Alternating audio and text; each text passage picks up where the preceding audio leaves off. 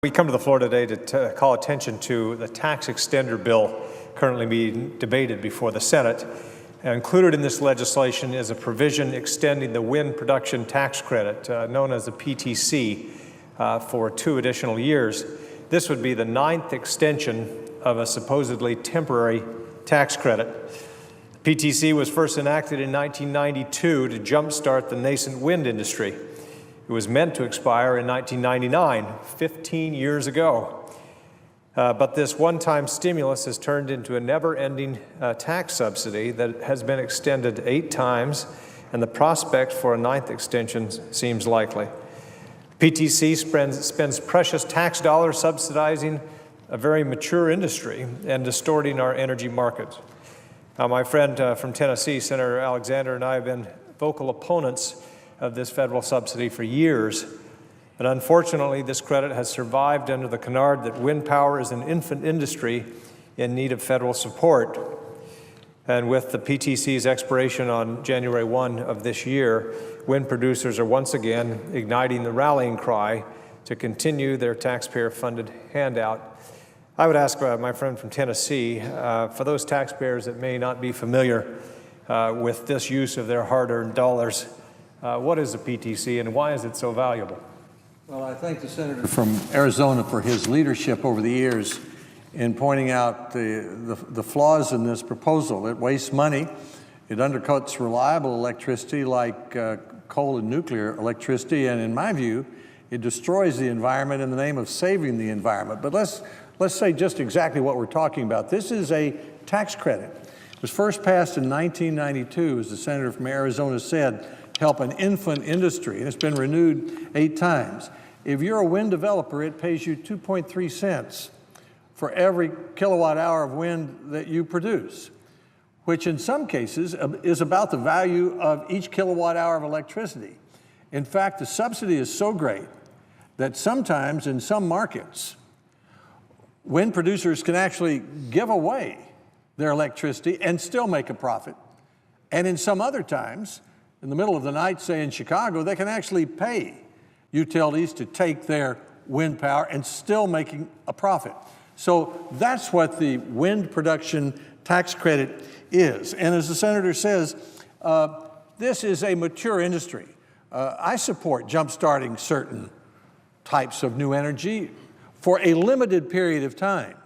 But Secretary Chu, a Nobel Prize-winning United States Energy Secretary of President Obama, said in 2011 in response to my question, is it a mature technology? Yes, he says. It is a mature technology. So I would ask the senator from Arizona, what is the justification for spending over the next 2 years $13 billion taxpayer dollars? It's the most wasteful, conspicuous taxpayer subsidy that I know of in Washington, D.C., and it proves Ronald Reagan's statement that the only thing in life that is eternal is a government program.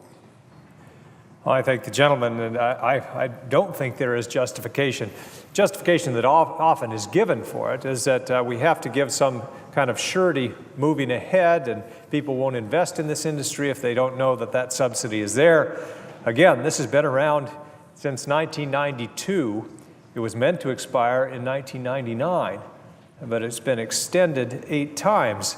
If anything is unsure, we're creating that unsurety, or insecurity, when Congress simply goes again and again and renews it. But the gentleman from Tennessee had a great column in the Wall Street Journal talking about part of the problem you have when we subsidize these kind of industry and what that does to baseload power, nuclear or coal, in the interim. Do you want to talk about that for a minute? Well, yes, I thank the senator from Arizona. The United States uses almost 25% of all the electricity in the world, and we need electricity that we can rely on. We don't want to flip the switch and have the light not go on. We don't want to go to work and have the generator not working. So we use a lot of electricity, and that comes from base load power. That is typically in our country coal, nuclear, and now natural gas to a lesser extent. What happens, wind is intermittent. It blows at night. Usually it blows at night. It blows only about a third of the time, and you use it or lose it. So relying on wind power to run a country with 25%, that uses 25% of all the electricity in the world is the energy equivalent of going to war in sailboats when nuclear ships are available. Base load power is undercut by this intermittent wind power when the subsidy is so large that the wind developers can, in some cases, give away and in effect pay the utilities to take their wind, making the base load power that we need to rely on for the long term less valuable, leading to the closing of nuclear plants and coal plants. The gentleman also in that same column talked about the environmental impact. It's often thought that these renewables are all the same in terms of their impact on the environment, but the gentleman points out where these need to be built generally.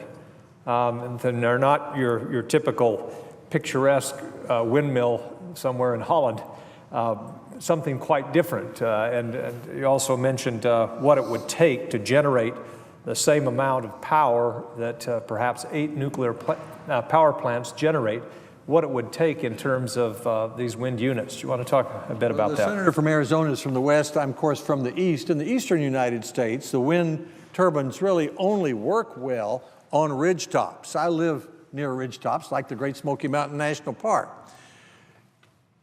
If you ran wind turbines from Georgia to Maine along the Appalachian Trail, you would only produce about the same amount of electricity that 8 nuclear power plants would produce, and you'd still need the nuclear power plants or the coal plants or natural gas plants to produce electricity when the wind wasn't blowing. So we don't want to see those 20-story towers on top of our ridge tops. You can see the blinking lights from 20 miles. I think they destroy the environment in order to save the environment. There are appropriate places for wind power. There's an appropriate place in the market. I would ask the senator from Arizona, isn't it time for wind to take its place in our marketplace, stand on its own, and compete with other forms of electricity for the utility dollar? Yes, and I want to point out as well, neither of us are saying that there's no place for wind energy. It's an increasing part of our energy load. In fact, the most new capacity actually went to wind as a percentage of what the current output. There is an important place for it. It can and is being done in environmentally sensitive ways around the country. But it's time for the federal subsidy to end. And the problem is when we distort the market like we do, when at times you can actually pay a utility to take your power because that's the only time the wind is blowing at night and still make a profit from the federal subsidy, then there's a distortion in the markets that we just shouldn't have. We ought to let capital flow where it's most needed. And so neither of us are saying that there's no place for wind or wind energy, but there is no place now or no reason to continue for the 9th time extension of this federal subsidy for wind. I would say to the senator from Arizona, just to be specific about this, the negative pricing, as we call it, the opportunity for a wind developer, say at 3 o'clock in the morning in Chicago, to literally pay the utility to take the wind power, thereby causing the nuclear plant or the coal plant to be less useful, is contributing, it's not the whole reason, it is contributing to the closing of nuclear plants. Now, the Center for Strategic and International Studies has said that because of the low price of natural gas and this subsidy for wind, we might lose as many as 25% of our nuclear plants in the next 25 years, in the next 10 years. Nuclear power produces 60% of the carbon-free, sulfur-free, nitrogen-free electricity, the pollution-free electricity. And a number of environmental groups have begun to point out their concern for what would happen to our air if we lose this important source of clean generation of electricity. One more reason why we should let wind take its natural place in the marketplace. It's now 4% of all the electricity we produce. It was, as the senator said, the fastest growing form of generation. Let it compete, let it go where it should go. Offshore is another place it could go, but it's time to end the subsidy, let it stand on its own. I think the gentleman, Senator Alexander and I are introducing an amendment to the tax extenders bill that is currently on the floor. This amendment would simply strike that extension and do away with it completely. We also have another amendment that when producers of wind energy claim the subsidy, right now they can claim it now but not have the clock start until they start producing. And so if they don't start producing for another 10 years, the end point of that subsidy is a full 20 years from now, and taxpayers are on the hook much longer than was anticipated. And so this would simply say that the point at which the subsidy begins has to be immediately, and so we wouldn't go too far in the future. But those amendments will be introduced tomorrow, and we hope to be able to debate those on the floor with this bill. I thank the senator for his leadership. And when we talk about a 1-year or 2-year extension, it's important to note we're talking about the next 10 years. Let's say I qualify for the production tax credit. I'm a wind developer this year. That means that I get that credit for the next 10 years. That's why the 2-year extension of the wind production tax credit really spends tax dollars over the next 11 years when you count both those years. And it's $13 billion. We throw dollars around so much here, it's hard to get a sense of how much $13 billion is. We just spend $10 billion government-wide on all of energy research. It'd be much better to use these dollars to reduce the debt or to use some of it for clean energy research. We need low-cost, clean, cheap energy. In my view, energy research is a much better use of taxpayer dollars when they're available than long-term subsidies. 22 years, 8 renewals, far too long. Ronald Reagan was right. I'd hope to prove him wrong on this one, that this finally comes to an end.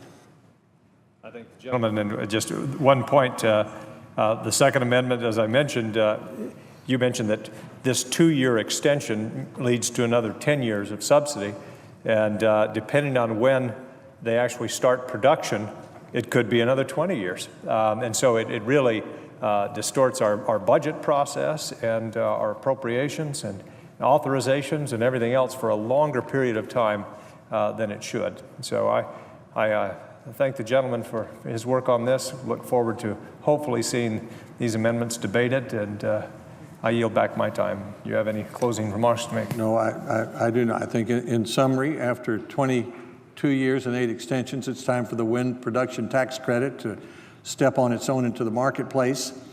Let's save $13 billion. Let's stop distorting the marketplace and undercutting nuclear plants as well as coal plants, and let's stop destroying the environment in the name of saving the environment. I thank the senator from Arizona for his leadership.